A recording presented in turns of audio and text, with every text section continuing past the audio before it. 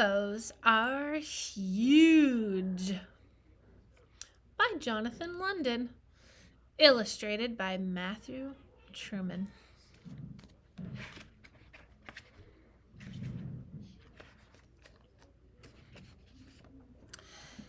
Hippos are huge. Except for elephants, no other land animals are as large as hippopotamuses. They can even weigh as much as 50 men.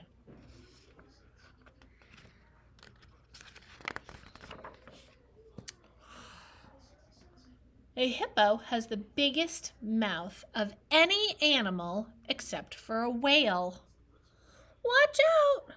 Hippos yawn is a threat. It means stay away. Which do you think is the most dangerous animal in Africa? A lion? A crocodile? No. Oh, it's a hippo. Would you believe that the hippo is the most dangerous animal in Africa?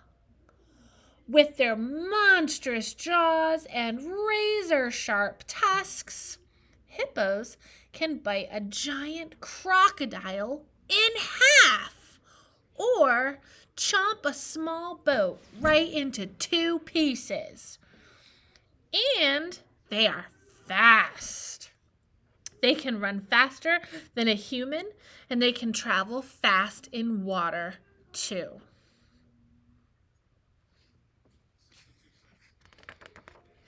Oh, I like this right here. It says hippos' tusks. The tusk is their teeth. These things. Yeah. Can grow longer than your arm. That's a big tooth.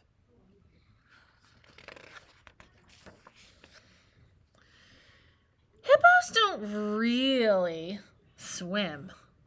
Look. First, the hippo dives with her ears pressed against her head and her nostrils are closed.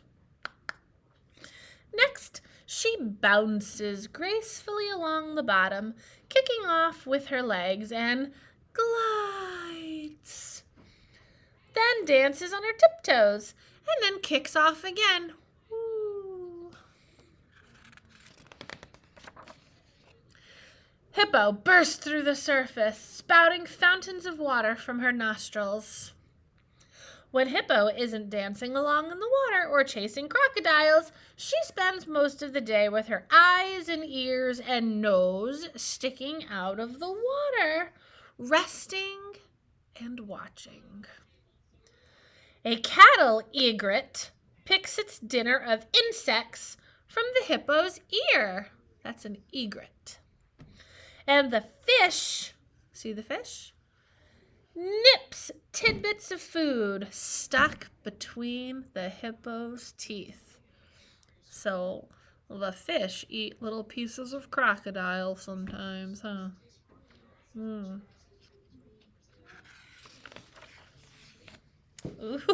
look at this page. Just then a great commotion erupts, and Hippo watches as 2 bulls, here's a bull, there's a bull, square off. A bull is a male hippo or a boy hippo. Splat, splop. The 2 bulls turn and stand rump to rump. Then they swing their tails like baseball bats and swat balls of dung at each other. What do you think dung is? Yeah, it's hippo poop. It's a smelly message to keep out. Only 1 bull allowed. Oh dear, look at them now. When this doesn't work, the defending bull yawns to show off his powerful tusks, then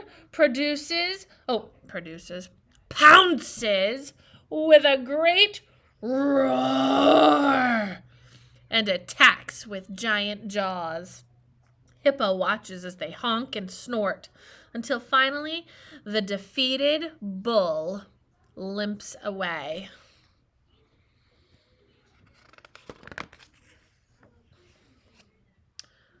Aw, look how cute they are.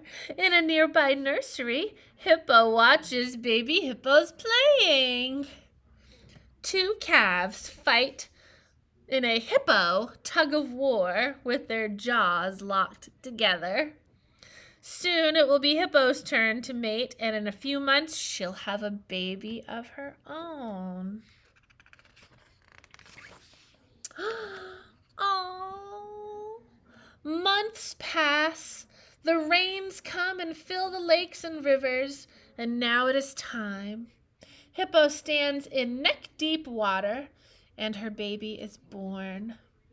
Baby Hippo paddles to the surface, and his head pops up for his first breath. Then he dives back down and nudges Hippo's teats for his first drink of milk.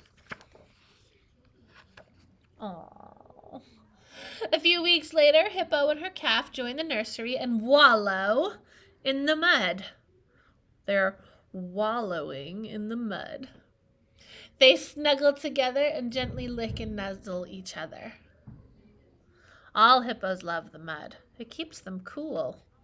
And did you know that a lot of animals, hippos, elephants, pigs, rhinos, they cover their bodies in mud just like we cover our bodies in sunblock to protect our skin from the sun. Mud is an animal's sunblock. How interesting. Though baby Hippo looks tiny next to his mother, when he's 6 months old, he will weigh 500 pounds. Hippos are huge. And this is an index. An index is a fun way to say, I want to go back to the page about tusks. Let's see if I can find, tusks. And then it tells you what pages you can find the information about tusks, page 11 and page 18. Or maybe you want to know about, what was that page about the mud again? You find mud, and then you go to page 24 and 25. Yeah. So, you might be wondering, why is Mrs. Lewis reading me this book about hippos? Thought we were learning about vernal pools. Well, yes, but I picked this book because it's super, super interesting. And guess what? This is a great example of an all about book. You're writing a book all about cooking. And Jonathan London wrote this book all about hippos. He must really like hippos. I mean, look at those illustrations. Matthew Truman did all these illustrations. What an incredible artist, right? I mean, I just love this page. I think it's so cool. So, this is a really good example of an all about book. I like it because on every page we learn something new. And then there's a little bit of detail about what it is that we just learned. Like when we learned about the tusks. And then it said, did you know that the tusks can grow as long as an arm? That's a cool fact. And I never, ever, ever, ever knew about this. Did you? I definitely learned something new when I picked up this book. And I learned that these hippos are kind of having a little bit of an argument. And then it goes into detail about what exactly is happening. The hippo swings its tail like a baseball bat, right? And they swat dung at each other, right? In other words, they're saying, keep out, right? So I learned a lot from this book, and I know you're writing a great book about cooking. And yes, you've taught me that you like to cook macaroni salad and you like to cook hot dogs. And I haven't seen your work today yet, but you might have answered my questions on what do you put in your macaroni salad and how do you cook your hot dogs. Those are good examples of good details that you can use to add to your writing. Now, there's lots of things that go with cooking. Like, for instance, Kara, if I wanted to know how to cook, what are some things that I would need? Are there some maybe tools or materials that I would need to make sure I had in order to cook something?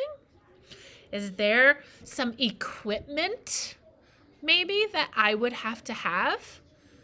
You can tell me those things in your book to help me become a better cook. Because you're the expert. You're the one who loves cooking, and I can tell that you do a lot of cooking just by watching you make that yummy fruit salad. You definitely have a lot of knowledge about putting foods together to eat. Even if you didn't actually cook it, you still put ingredients together and then came out with something new, fruit salad, right? So think about that. What do I need in order to cook? That's another page for your book. I hope you have fun writing today. I hope you enjoyed this book. Please keep practicing your other fluency games, your handwriting, your fill it up. You do not have to do all of those things every day, but pick one or two of them to do every day to keep practicing. And I hope if you went out to the vernal pool again near your house, or if you get to go again, please send me pictures and look for eggs. I have in this email, I have also posted pictures of the eggs that we found. So I want to see if maybe you can find some eggs too. All right, you have a wonderful day, and I will see you soon. Bye.